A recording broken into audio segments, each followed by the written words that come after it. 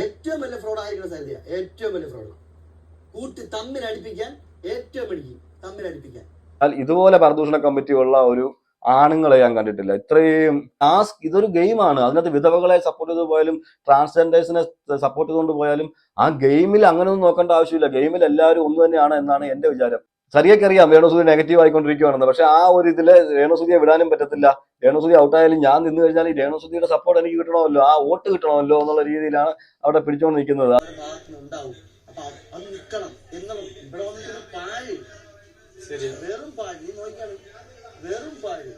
അപ്പാനി ശരത്തും ആര്യൻ എന്ന് പറഞ്ഞാല് ഏറ്റവും കൂടുതൽ അവിടെ നോണ പറയുന്ന ഇവന്മാർ രണ്ടുപേരും.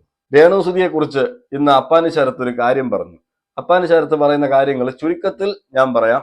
ബിഗ് ബോസ് മലയാളം സീസൺ 7 വാഴകളാണോ എന്ന് ചോദിച്ചാൽ വാഴകളല്ല. കളിക്കുമോ എന്ന് ഗെയിം കളിക്കുമോ എന്ന് ചോദിച്ചാൽ ചിലപ്പോൾ കളിക്കും, ചിലപ്പോൾ കളിക്കത്തില്ല. ബുദ്ധി ഉണ്ടോ എന്ന് ചോദിച്ചാൽ മന്ദബുദ്ധികളുമല്ല, എന്നാ ബുദ്ധി ഉണ്ടോ താനും. ഇതാണ് ഇപ്പോഴത്തെ ബിഗ് ബോസ്. കുറച്ച് പേര് ഞങ്ങളാണ് എന്തോ സംഭവമാണെന്ന് പറഞ്ഞ് കുറെ പേര്. അപ്പാനി ശരത്തിന്റെ നേതൃത്വത്തിൽ ഒരു അയൽക്കൂട്ടം. ആ അയൽക്കൂട്ടത്തിലെ പ്രധാന മെമ്പേഴ്സാണ് അഭിലാഷ്, അപ്പാനി ശരത്ത്, അക്ബർ, ആര്യൻ എന്നിവര്. എന്നുവെച്ചാൽ പെണ്ണുങ്ങൾ തോറ്റുപോകും. ഈ പരദൂഷണത്തിന് മുന്നിൽ പെണ്ണുങ്ങൾ തോറ്റുപോകും.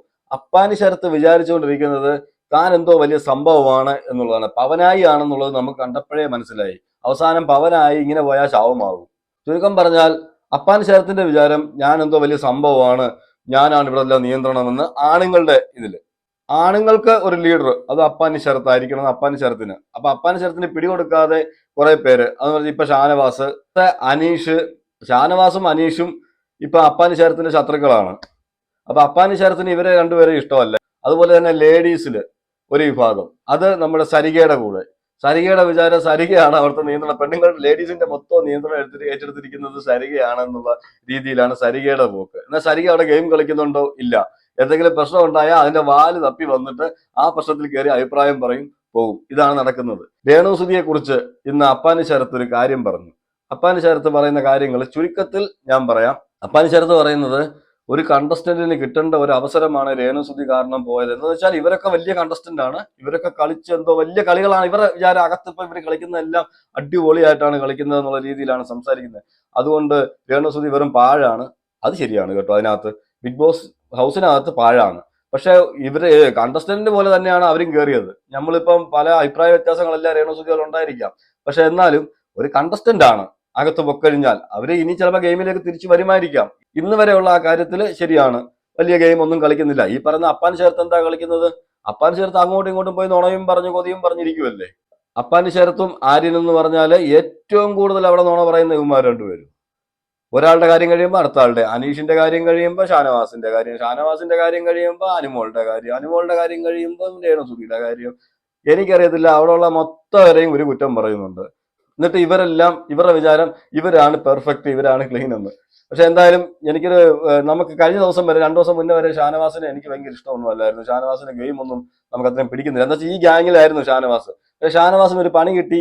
ഷാനവാസ് നൈസായിട്ട് ഗെയിം മാറ്റിയപ്പോൾ എന്താണ്, ഷാനവാസ് ഇപ്പൊ കത്തി കയറുന്നുണ്ട്, ഇവർക്കെതിരെയും നിൽക്കുന്നുണ്ട്, അന്നാ ഗെയിമും കളിക്കുന്നുമുണ്ട്. ഫണ്ണിന് ഫണ്ണും ഉണ്ട്, അന്നാ ഗെയിമിന് ഗെയിമും ഉണ്ട്. മറ്റേ സിനിമയിലെ ക്യാപ്റ്റൻ രാജുവാണ് ഞാൻ പറഞ്ഞില്ലേ, പവനായി ശവമായി എന്ന് പറയുന്ന ആ ഒരു സിനിമയില്ലേ, പട്ടണപ്രവേശമാണെന്ന് തോന്നുന്നു.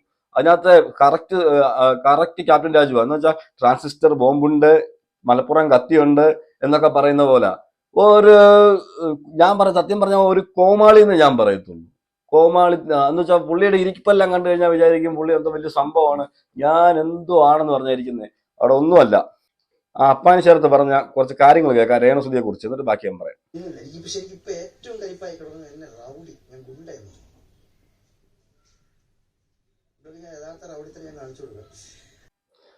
ഇപ്പൊ ഏറ്റവും വലിയ കലിപ്പായിട്ടിരിക്കുന്നത് ഞാൻ പുള്ളി റൗഡിയാണെന്ന് പറഞ്ഞാണ് കലിപ്പായിട്ടിരിക്കുന്നത്. ജസയിലാണ് കഴിഞ്ഞ ദിവസം ജസേലിനെ കയറി ചൊറിയാൻ പോയി, ജസേൽ എടുത്തിട്ട് മാന്തി വിട്ടു. അതിന്റെ കലിപ്പാണ്. എന്നുവെച്ചാൽ അവിടെ പോയിട്ട് ജസേലിനെ ഒന്ന് ആക്കാന്ന് വിചാരിച്ച, പക്ഷെ ജസേൽ ഗോൾ അടിച്ചു. ഇവരെക്കാളൊക്കെ നല്ലപോലെ ആ പെണ്ണ് കളിക്കുന്നുണ്ട്, അടിപൊളിയായിട്ട് കളിക്കുന്നുണ്ട്. എന്നിട്ട് അവിടെ വന്നിരുന്ന് ആ പറഞ്ഞത് ഇഷ്ടപ്പെടാത്തതിന് അവിടെ വന്നിരുന്നിട്ട് എന്താ നമ്മൾ പറയുമല്ലോ, എന്തോ ആ ദേഷ്യം തീർക്കുന്നതാണ്. എന്നുവെച്ചാ ഗുണ്ട എന്ന് വിളിച്ചെന്ന് പറഞ്ഞിട്ട്. സത്യമാണ്, ഗുണ്ട എന്ന് പറഞ്ഞാൽ മറ്റേ ഗുണ്ട എന്ന് പറയാൻ പറ്റത്തില്ല, പവനായി എന്നേ പറയാൻ പറ്റത്തുള്ളൂ. പവനായി വന്ന് ഷോ എല്ലാം കാണിക്കത്തില്ലയോ, ഞാൻ മലപ്പുറം കത്തി, ട്രാൻസിസ്റ്റർ ബോംബെ, അതെ ഇതേ എന്ന് പറഞ്ഞ ആ ഒരു ഇതേ ഉള്ളൂ. അപ്പൊ അതിനകത്ത് ജസേല് പറഞ്ഞത് എന്താണെന്ന് വെച്ചാൽ നിങ്ങൾ അനീഷിന്റെ പുറകിൽ മാത്രമാണ് നടക്കുന്നത്, നിങ്ങൾ വേറെ ആരുടെ ഒന്നിനും പോകുന്നില്ല, അനീഷിനെ മാത്രം ടാർഗറ്റ് ചെയ്യുന്നു, അപ്പൊ നിങ്ങൾ ഒരു ഗുണ്ടായുസമാണ് കാണിക്കുന്നത് പറഞ്ഞു. അത് കറക്റ്റ് ആണ്, കാണുന്നവർക്കെല്ലാം മനസ്സിലാവും. തന്നോളം നിൽക്കുന്നവരോടൊന്നും ഫൈറ്റ് ചെയ്യാൻ പോകത്തില്ല, മിണ്ടാതെ മാറി നിൽക്കും. പക്ഷേ അനീഷിനോടാണെങ്കിൽ ചുമ്മാ വായിട്ടടിച്ച് നെഞ്ചൊക്കെ വിരിച്ചുകൊണ്ട് ചെയ്യടാ എന്ന് പറഞ്ഞു പോകും. ഇതൊക്കെ എവിടെ കാണിക്കാനാ, ആരെ കാണിക്കാന്ന് എനിക്ക് മനസ്സിലാവുന്നില്ല. അപ്പൊ അതിന്റെ കലിപ്പാണ് ആ പറയുന്നത്. പക്ഷെ ജസേൽ ഇവരെക്കാളെല്ലാം ബെസ്റ്റ് കളിക്കാരിയാണ്. ജസേലൊക്കെ വേണം സത്യം പറഞ്ഞാൽ അവിടെ നിൽക്കാൻ. ഭാഗത്തുനിന്നുണ്ടാവും. അപ്പൊ അത് നിൽക്കണം എന്നും ഇവിടെ വന്നിട്ട് പാഴ്, വെറും പാഴ്, നീ നോക്കിയാണ് വെറും പാഴ്. ഏറ്റവും വലിയ വേസ്റ്റ് ആണ് രേണു എന്ന് പറയുന്നുണ്ട്. രേണുസുധീര ഗെയിമിനെ കുറിച്ച് ഞാൻ പറയുവാണെങ്കിൽ ഗെയിമിൽ ടോട്ടൽ ഫെയിലിയർ ആണ് രേണുവിന് ബിഗ് ബോസ് എന്ന ഷോ പറ്റുമെന്ന് തോന്നുന്നില്ല. പക്ഷെ ഇനിയുള്ള ദിവസങ്ങൾ മുന്നോട്ട് തന്നെ നടത്തില്ല. പക്ഷെ മുന്നോട്ടും ഇപ്പോഴത്തെ ഒരു ആറ്റിറ്റ്യൂഡ് വെച്ചിട്ട് മുന്നോട്ട് അധികം പോകുമെന്ന് എനിക്ക് തോന്നുന്നില്ല. നമുക്കും ആഗ്രഹം കൂടുതൽ നിൽക്കണമെന്നാ, പക്ഷെ നിൽക്കുമെന്ന് തോന്നുന്നില്ല. എന്താ പറയുക, ഒരു ആക്റ്റീവ് ഇല്ല, ഒരു ഊർജ്ജസ്വലത ഇല്ല. അല്ലെ ഞാൻ ഇന്ന പ്ലാറ്റ്ഫോമിലാണ് വന്നിരിക്കുന്നത്, എനിക്ക് പ്രതികരിക്കേണ്ടടുത്ത് ഞാൻ പ്രതികരിക്കണമെന്നൊന്നും തോന്നുന്നില്ല. എന്ന് വെച്ചാൽ ഇന്ന് അക്ബറിന്റെ വിചാരം അക്ബർ എന്തോ വലിയ സംഭവമാണെന്ന്. അക്ബർ ഒന്നുമല്ല, ചുമ്മാ ഈ കിടന്ന വായും ബഹളവും മാത്രമേ ഉള്ളൂ. അക്ബർ ഇന്നത്തെ മോർണിംഗ് ടാസ്കില് രേണുസുധിയെ സെപ്റ്റിക് ടാങ്ക് എന്ന് പറഞ്ഞു. അത് പിടിച്ചില്ല എന്ന് പറഞ്ഞു കഴിഞ്ഞാൽ അത് ഇഷ്ടപ്പെട്ടില്ല. അത് ഇഷ്ടപ്പെടാത്ത ആൾ എന്ത് ചെയ്യണം? പ്രതികരിക്കണം. ആ മോർണിംഗ് ടാസ്ക് കഴിഞ്ഞാണെങ്കിലും അതിനെപ്പറ്റി പ്രതികരിക്കാമല്ലോ. പ്രതികരിച്ചില്ല. ഇപ്പൊ വൈകുന്നേരം ആയപ്പം കുറച്ച് കഴിഞ്ഞിട്ട് ഒരു ഉച്ചയൊക്കെ ആയപ്പോഴത്തേക്ക് എനിക്ക് ഇഷ്ടപ്പെട്ടില്ല, ഒറ്റയ്ക്കൊക്കെ പോയി കിടന്നോണ്ട് അവിടെ ഈ മറ്റേ സരസുകുരാരാ എന്തുവാ നമ്മുടെ നാഗവല്ലിയെ പോലെയൊക്കെ അഭിനയിച്ചുകൊണ്ടൊക്കെ ഇരിക്കുന്നത് കണ്ടു. പിന്നെ കയ്യും കാലൊക്കെ ഇങ്ങനെ ഒറ്റക്കിട്ട് ഇങ്ങനെ ആക്കുന്നു, ഇങ്ങനെ അടിക്കുന്നു. ഇതൊന്നും അല്ല ബിഗ് ബോസിന് ആവശ്യം. ക്യാമറയിൽ പോയി സംസാരിക്കുന്നു. രജിത് സാർ അന്ന് ഇടയ്ക്ക് സത്യം പറഞ്ഞാൽ രജിത് കുമാർ സാറിനെ അനുകരിക്കുന്ന പോലെ ആ സമയത്ത് തോന്നി. കൂടുതൽ ഇപ്പൊ ക്യാമറയുടെ സംസാരം, എനിക്കിവിടെ ആരുമില്ല, ഞാൻ ഒറ്റയ്ക്കാണ്, ചുമ്മാതാ. ഇവിടെ സരികയും ഈ പറഞ്ഞ രേണുസുധിയും എല്ലാം വെൽ പ്ലാനോട് കൂടി വന്നിരിക്കുകയാണ്. പക്ഷേ രേണുസുധിയെ വെച്ച് ഇപ്പൊ ഗെയിം കളിക്കുന്ന മൊത്തം സരികയാണ്. സരികയ്ക്കറിയാം രേണുസുധി നെഗറ്റീവ് ആയിക്കൊണ്ടിരിക്കുകയാണെന്ന്. പക്ഷെ ആ ഒരു ഇതില് രേണുസുധിയെ വിടാനും പറ്റത്തില്ല. രേണുസുധി ഔട്ടായാലും ഞാൻ നിന്ന് കഴിഞ്ഞാൽ ഈ രേണുസുധിയുടെ സപ്പോർട്ട് എനിക്ക് കിട്ടണമല്ലോ, ആ വോട്ട് കിട്ടണമല്ലോ എന്നുള്ള രീതിയിലാണ് അവിടെ പിടിച്ചുകൊണ്ട് നിൽക്കുന്നത്. അത് നമുക്കറിയാം, കറക്റ്റ് നമുക്കറിയാം. അപ്പം അവിടെ പോയി നിന്നുകൊണ്ട് പ്രതികരിക്കാതെ ചുമ്മാ പോയി കയ്യും കാലും ആട്ടി അങ്ങോട്ടും ഇങ്ങോട്ടും ഇങ്ങനെ നടക്കുക. അതിന് കാര്യമില്ല. പ്രതികരിക്കേണ്ടടുത്ത് പ്രതികരിക്കണ്ടേ? പ്രതികരിക്കാതെ ചുമ്മാ എനിക്കത് പിന്നെ പറഞ്ഞിട്ടുണ്ട്, പ്രേക്ഷകരെ നിങ്ങൾ പറയുന്നത് നിങ്ങൾക്ക് വേണ്ടിയാണ് ഞാനിവിടെ വന്നതെന്ന്. ആർക്ക് വേണ്ടിയിട്ട്? നമുക്ക് വേണ്ടിയാ അവിടെ പോയതാ? എനിക്കിതൊന്നും മനസ്സിലാകുന്നില്ല. എന്തുവാണ് വിളിച്ചു പറയുന്നത് പോലും, ഞാൻ പറഞ്ഞല്ലോ, എന്താ സംസാരിക്കുന്നത് പോലും അറിയത്തില്ല, എങ്ങനെ സംസാരിക്കണം എന്ന് അറിയത്തില്ല. നിങ്ങളെല്ലാം പ്രതിനിധാനം ചെയ്താണ് ഞാനിവിടെ വന്നിരിക്കുന്നതെന്ന്.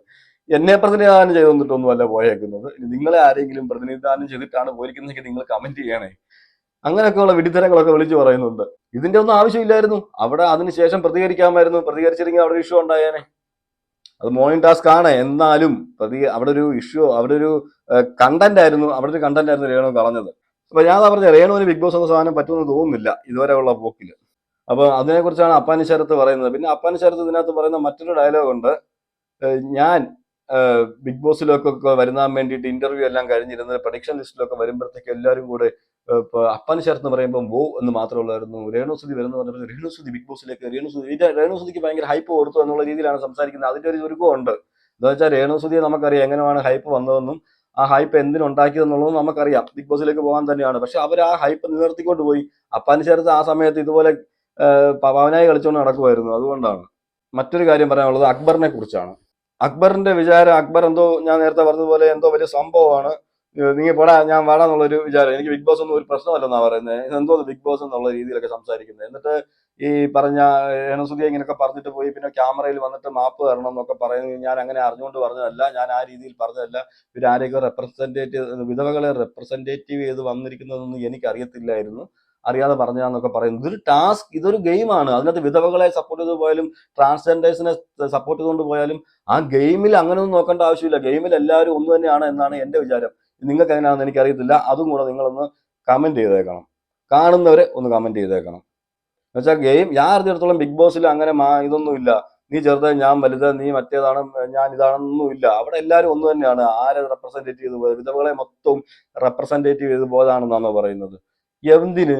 ആർക്ക്? ഏത് വിധവകൾ? ഏതെങ്കിലും വിധവകൾ അങ്ങനെ റെപ്രസെന്റേറ്റീവ് ചെയ്തിട്ട് പോയതായിട്ട് നിങ്ങൾക്ക് ആർക്കെങ്കിലും, നിങ്ങളെ വിധവകൾ ആരെങ്കിലും ഉണ്ടെങ്കിൽ, ഈ വീഡിയോ കാണുന്നുണ്ടെങ്കിൽ നിങ്ങളെ ആരെങ്കിലും റെപ്രസെന്റേറ്റ് ചെയ്ത് പോയതാണോ എന്നുകൂടി എൻ്റെ അടുത്തൊന്ന് പറയണേ. അപ്പൊ ഇങ്ങനെയുള്ള കാര്യങ്ങളാണ് നടക്കുന്നത്. എന്ന് വെച്ചാൽ പരദൂഷണ കമ്മിറ്റി ആണുങ്ങൾ. ഞാൻ ഇത്രയും കാലത്തെ ബിഗ് ബോസ് നമ്മൾ സീസൺ 6 വരെ എടുത്തു.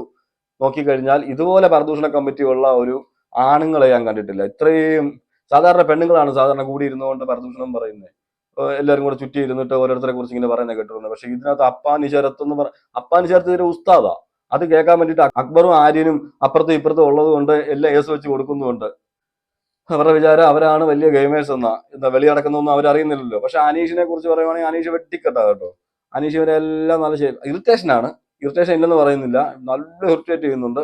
പക്ഷെ അനീഷ് നല്ല ഗെയിമും കളിക്കുന്നുണ്ട്. അവന് പറ്റുന്ന രീതിയിലൊക്കെ അനീഷിന് പറ്റുന്ന രീതിയിലൊക്കെ അനീഷ് ഗെയിം കളിക്കുന്നുണ്ട്. ഒരു വീടിനെ ഒന്ന് ഉണർത്തി നിർത്തുന്നുണ്ട്. ഇവർക്കെല്ലാം ചൊറിച്ചിലും ഉണ്ടാകുന്നുണ്ട്. അതുപോലെ അപ്പാൻ ചേർത്ത് വേറൊരു കാര്യം പറയുന്നുണ്ട്. അവനെ എങ്ങനെ അനലൈസ് ചെയ്ത് അവൻ്റെ അകത്തിരുന്നുള്ള അനലൈസിങ് ആണ് കേട്ടോ. അതിനകത്തൊരു കാര്യം പറഞ്ഞു, അതെനിക്ക് ശരിയായിട്ട് തോന്നി. ശരികയെ കുറിച്ച് പറയുന്നത് ഏറ്റവും വലിയ ഫ്രോഡ് ആയിരിക്കണം സരിത. ഏറ്റവും വലിയ ഫ്രോഡ് കൂട്ടി തമ്മിലടിപ്പിക്കാൻ ഏറ്റവും പിടിക്കും. തമ്മിലടിപ്പിക്കാൻ ചെണ്ട പോയി മന്ദളത്തോടെ കംപ്ലൈന്റ് പറയുന്നത് പോലെയാണ്. ഏറ്റവും കൂടുതൽ തമ്മിലടിപ്പിക്കുന്നത് ഈ സരികയാണെന്ന് പറയുന്നത്. അത് സത്യമായ കാര്യമാണ് കേട്ടോ. പെണ്ണുങ്ങളുടെ ഇടയിൽ ഏറ്റവും കൂടുതൽ തമ്മിലടിപ്പിക്കുന്ന സരികയും ആണുങ്ങളുടെ ഇടയിൽ ഏറ്റവും കൂടുതൽ തമ്മിലടിപ്പിക്കുന്നത് ഈ അപ്പാനി ശരത്തുമാണ്. ഇത് രണ്ടും സത്യമാണ്. അതാ ഈ പറഞ്ഞത് സത്യമാണ്. സരികയെ കുറിച്ച് സരികയാണ് ആ പെണ്ണുങ്ങളുടെ ഇടയിൽ ഒരു സ്പ്ലിറ്റ് ഉണ്ടാക്കി വിടുന്നത്. അതുപോലെ തന്നെയാണ് ഇവിടെ അപ്പാനി ശരത്ത് ആണുങ്ങളുടെ ഇടയിൽ സ്പ്ലിറ്റ് ഉണ്ടാക്കുകയും അവിടെ ഒരു ഗ്യാങ് ഉണ്ടാക്കുകയും സരിക അപ്പുറത്തൊരു ഗ്യാങ് ഉണ്ടാക്കുകയും ഞാനാണ് അവിടെ വലുതെന്ന് പറഞ്ഞ് സരിക പോകുന്നു. ഇവിടെ ഞാനാണ് ഇവിടെ താൻ വലുതാകണം എന്ന് പറഞ്ഞ് ഗെയിം എല്ലാം കളിക്കുന്ന പരദൂഷണ കമ്മിറ്റി സ്റ്റാർട്ട് ചെയ്ത് വെച്ചിരിക്കുന്ന അപ്പാനി ശരത്തും.